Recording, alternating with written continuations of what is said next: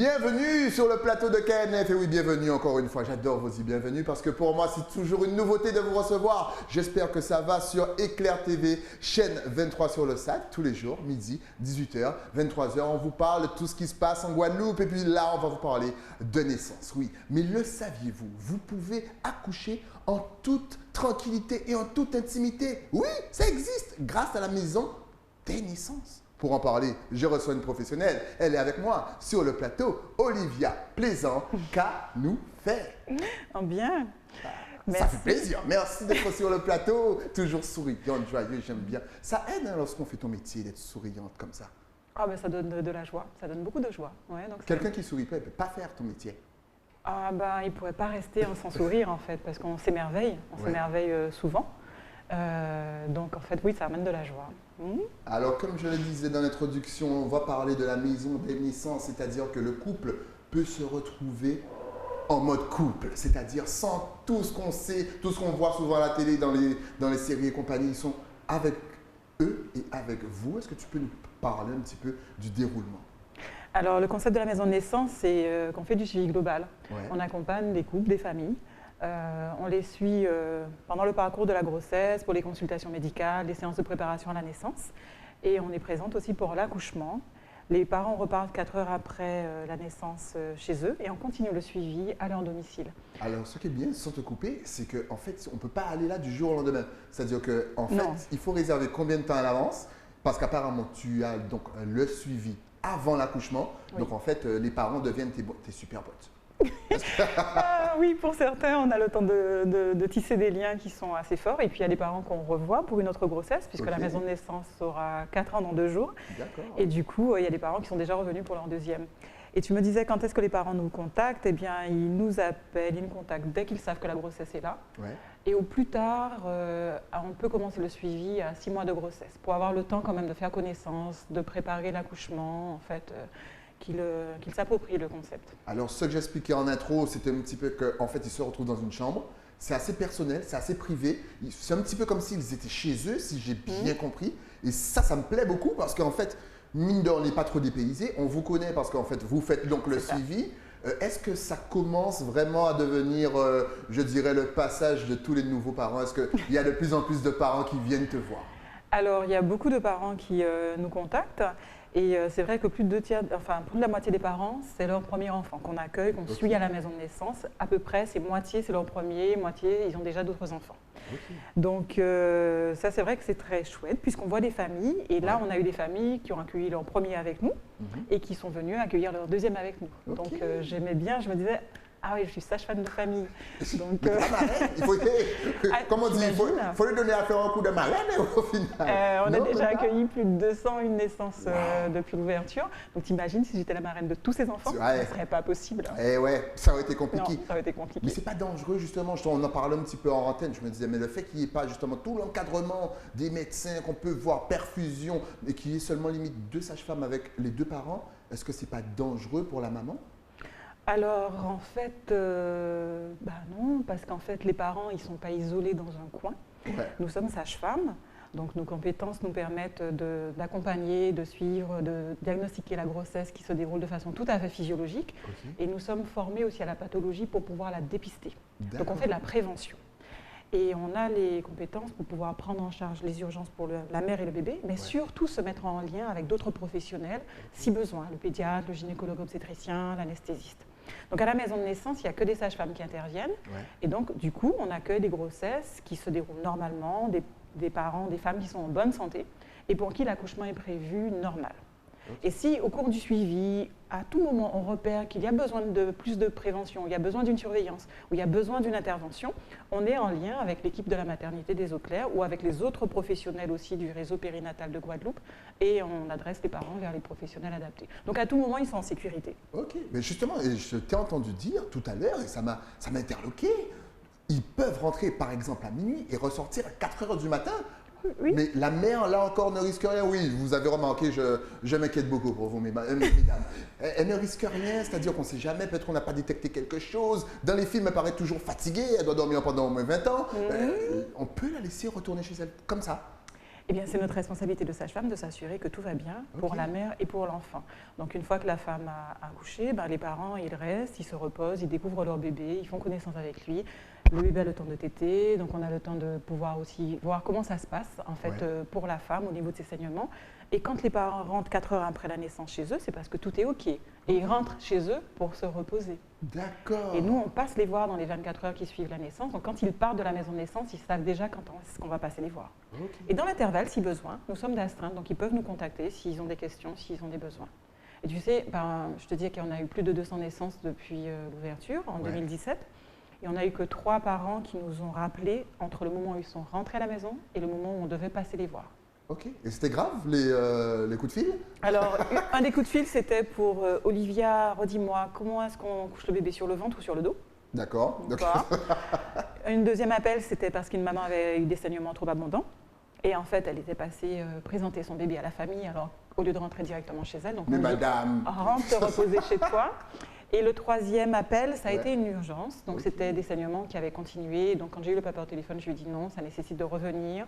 Donc je suis revenue avant eux, j'ai fait le lien avec l'équipe et donc ça a été fluide en fait pour la prise en charge. Justement, parlons des papas. Est-ce que souvent ils ne se laissent pas un petit peu trop déborder par la situation? Parce que mine de ils sont à 2, madame est en train de crier, elle pousse, il y a le futur qui arrive.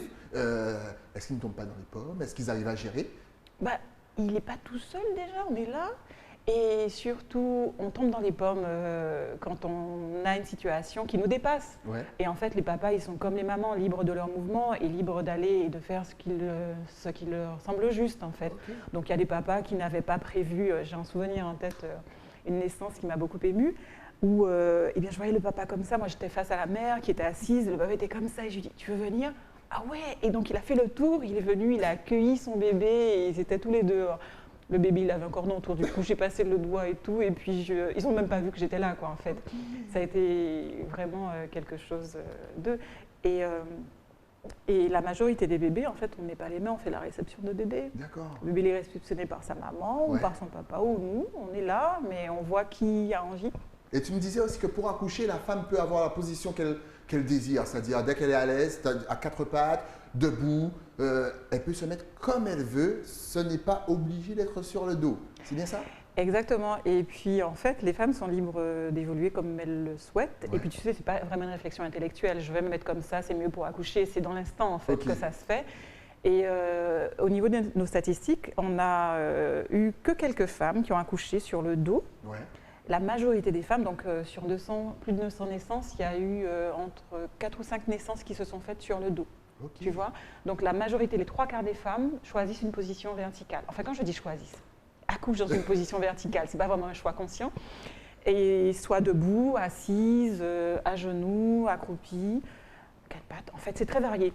On a fait nos statistiques, c'est que ça fait un petit parapluie, plein de couleurs, en fait, tout est varié. Ok, c'est génial ça. Et ce qui me plaît quand je vous dis qu'on peut être vraiment comme à la maison, c'est qu'on peut mettre aussi ce qu'on veut au niveau de la musique, au niveau... On est à l'aise, on peut mettre sa musique à fond ou c'est restreint? Tu sais, quand on est en travail, on a envie d'intimité et de pouvoir se concentrer. Donc, la musique à fond, ça ne dure pas longtemps en général, parce que ça stimule en fait, et on a besoin de calmer les stimulations autour et de se poser, de se centrer. Donc il y a des femmes qui vont avoir prévu de la musique et finalement qui ne vont pas en écouter ou qui ça va s'éteindre.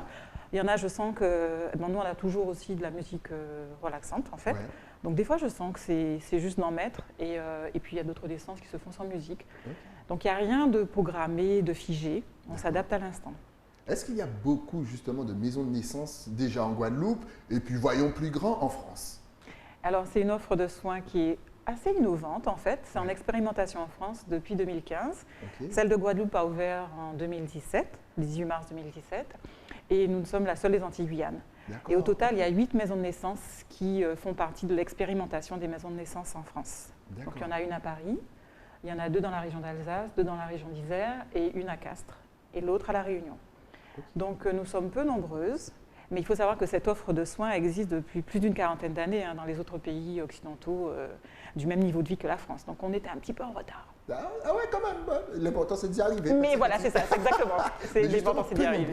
Il y a peu de temps pour vous, personnellement, c'est-à-dire que vous n'avez pas de vacances. Les naissances, ça ne se contrôle pas. On ne peut pas, genre, poser les vacances. Si on n'a pas posé ses vacances un an à l'avance, on n'a pas de vacances. Vous travaillez H24. Alors, pas H24, parce qu'on travaille en équipe. Okay. Nous sommes 4 sages-femmes actuellement en suivi global, donc qui accompagnons, qui faisons les suivis des grossesses et des accouchements. Et nous fonctionnons en 2 binômes. Okay. Donc, il y a Laurette Ramel et Bénédicte Pradey qui sont sur le Sud Grande Terre. Et puis Béatrice Goffin et moi-même, nous sommes sur une partie de la Basse-Terre. Ouais. On ne couvre pas toute la Guadeloupe, puisqu'il faut pouvoir aller chez les parents. Hein. Exact. Et du coup, nous travaillons en équipe. Et au sein de chaque binôme, on voit quand est-ce qu'on pose nos congés. Et c'est vrai, une grossesse dure 9 mois. Donc, quand les parents nous appellent dès le début, on doit déjà savoir, on programme nos congés très longtemps à l'avance. Okay. Sinon, on n'en a pas. Sinon, on enchaîne. On enchaîne. En fait. Ah, c'est chaud. Donc, quand vous les voyez, franchement, vous pouvez leur donner le plus grand des respects parce qu'elles font un travail qui n'est pas facile. Et justement, en parlant de travail, il y a ce petit côté psychologie, parce que je pense qu'il faut parler au père, peut-être qu'il est en train de paniquer, en fait je dis ça, je sais pas. J'aime bien parce qu'à chaque fois que je non, tout va bien, c'est pas une horreur. Excellent. Non, c'est que je trouve que quand tu dis ça, tu sous-estimes les compétences des pères. Non, est-ce que j'ai tort de sous-estimer les compétences? Complètement. Oh, j'aime entendre ça. J'aime entendre que j'ai tort sur les papas. Dis-nous tout. Bah oui, moi je trouve que les papas, c'est l'accompagnement qui est inégalable, irremplaçable en fait. Il connaît sa femme. Ouais. Et puis, une naissance, ça vient d'une aventure, d'un amour en fait, oui, de la connexion entre deux êtres. Et ça se continue pour l'accueillir. Donc, ils sont tous les deux impliqués. Ouais. Et les papas, moi, je les trouve formidables. C'est très émouvant en fait. Ils ont envie, ils sont là. Je pense qu'il y a besoin d'avoir l'espace et d'être accueilli. Donc, le papa est aussi important pour moi que la femme et que son bébé. Ah, c'est une famille. Ah, c'est beau ça, le papa est aussi important. Mais bien sûr, messieurs, vous êtes importants. Mais il y a ce petit côté quand même psychologique, mis à part le papa qui ne panique pas. Ça y est, j'ai retenu ma leçon. Mais le papa comme la mère peuvent paniquer, exactement. Ils peuvent avoir peur, même s'ils ont envie d'accoucher naturellement, puisque c'est comme ça l'objet de la maison de naissance. On peut avoir envie et avoir des craintes. Et c'est aussi notre travail en tant que sage-femme de pouvoir accompagner, de pouvoir mettre de l'éclairage, de pouvoir accueillir aussi la parole, et puis d'être là en soutien aussi en cas de besoin. Mais ça s'apprend ça justement d'être là, présente sur le plan psychologique ou même sur le plan physique, d'être limite un psychologue, savoir parler, savoir accompagner, savoir peut-être se taire ou savoir donner de bons conseils au moment où il faut. Est-ce que ça s'apprend? Est-ce que vous apprenez tout ça sur le terrain? On apprend beaucoup sur le terrain, on apprend de chaque personne que l'on rencontre. D'accord. Voilà. Donc bien sûr, on a appris dans nos études notre métier de sage-femme. Et puis moi, je m'estime très chanceuse parce que je n'ai jamais fini d'apprendre. Toutes les situations, toutes les personnes que je rencontre, c'est des styles de couple différents, des personnes différentes à des moments différents de leur vie, des bébés qui sont différents, qui nous surprennent. Donc c'est riche en fait et c'est diversifié. Ok, excellent. On vous rappelle la maison des naissances, extraordinaire. Donc, est-ce que tu penses que c'est un petit peu le futur? C'est-à-dire qu'il y a un petit côté stressant, l'hôpital, et là on a l'impression d'être libre, de ne pas être enchaîné. Je sais pas, mais il y a un petit côté plus relaxant. Voilà. Est-ce que tu penses que ça sera le futur des naissances bientôt? Alors, je pense que le futur des naissances, c'est que quel que soit le lieu où on va accoucher, on puisse trouver de la bienveillance et pouvoir avoir quelque chose qui soit un peu plus personnalisé. Okay. Donc aujourd'hui, c'est possible. Les femmes qui souhaitent accoucher naturellement ont la possibilité d'accoucher à la maison de naissance avec ce suivi global ou d'accoucher naturellement aussi à la maternité. Okay. Ce n'est pas l'exclusivité de la maison de naissance, l'accouchement naturel. Ce que propose la maison de naissance, c'est ce suivi global et la possibilité de retourner quelques heures après chez soi. Et donc mon rêve, c'est que quelle que soit la pathologie, parce que là on n'accueille que des femmes qui ont des situations tout à fait normales, mais mon rêve, c'est que, un peu comme dans d'autres pays qui nous ont montré la voie, que même quand il y a une pathologie, même quand il y a une césarienne, autre chose qui soit prévue, programmée, que les parents puissent être accueillis tous les deux, être entendus tous les deux dans leur projet et qu'on puisse se rapprocher autant que possible de ce qu'ils ont envie de vivre dans la sécurité pour eux et pour leur bébé. Est-ce que la Covid a changé la manière de fonctionner justement par rapport aux naissances, à l'accueil peut-être des personnes qui viennent? Est-ce que ça a changé quelque chose dans votre fonctionnement à la maison? Pas du tout? Pas du tout. Si, ça a changé. Il faut mettre des masques.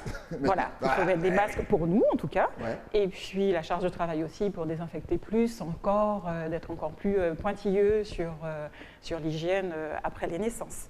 et quand on accueille les gens. Ce que ça a changé aussi, un peu moins de convivialité parce qu'on faisait des goûters mensuels qui permettaient aux parents de rencontrer les sages-femmes de soutien. Parce que j'ai parlé tout à l'heure des sages-femmes en suivi global, mais on a une équipe de 8 sages-femmes aussi de soutien qui viennent nous rejoindre au moment de la naissance.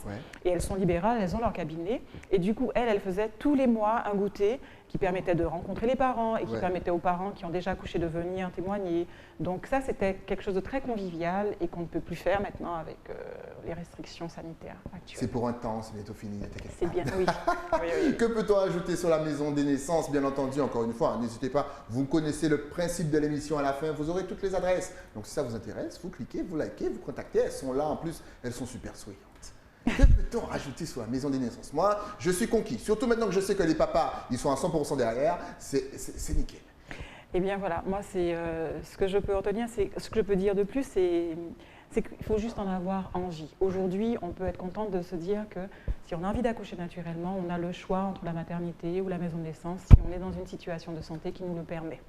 Donc c'est un choix de plus, et puis il y a encore plein de pistes à développer pour avoir le choix et que les familles soient prises en compte. Le papa, la maman, les grands-parents, les enfants aussi. Les enfants du couple avant aussi peuvent venir aux séances de préparation. Parfois ça arrive qu'ils soient présents à la naissance aussi. Mais oui, parce que de leur petit frère, de leur petite sœur. Effectivement, mais ils sont pas. Comment est-ce qu'on fait pour les tenir? Ils sont pas turbulents, ils courent partout dans la chambre. Ben, pas toujours. Pas toujours, pas toujours, puis, pas toujours, mais ça arrive. Ben après, ça dépend comment les parents le sentent aussi. Ne cours pas, pousse, ne cours pas. Non. Ben, ce qui est important, c'est qu'ils puissent se sentir disponibles, en fait. Et il y a des fois, ils peuvent se sentir disponibles ou alors très appelés par leur enfant et c'est plus simple pour eux que leur enfant soit gardé. Et puis, il y a d'autres familles qui se sentaient beaucoup mieux à être tous ensemble. Et c'était très fluide. Donc, en fait, on s'adapte à ça. Nickel. Oh, franchement, c'est limite, ça donne envie d'avoir des enfants. En tout cas, si on veut accoucher de façon naturelle et qu'on veut te contacter, est-ce que le temps de naître et la maison des naissances, vous êtes tous connectés sur Internet, Facebook, Instagram, un mail, un numéro de téléphone? Oui, beaucoup de parents nous contactent par le site Internet, letemsdenaître.fr.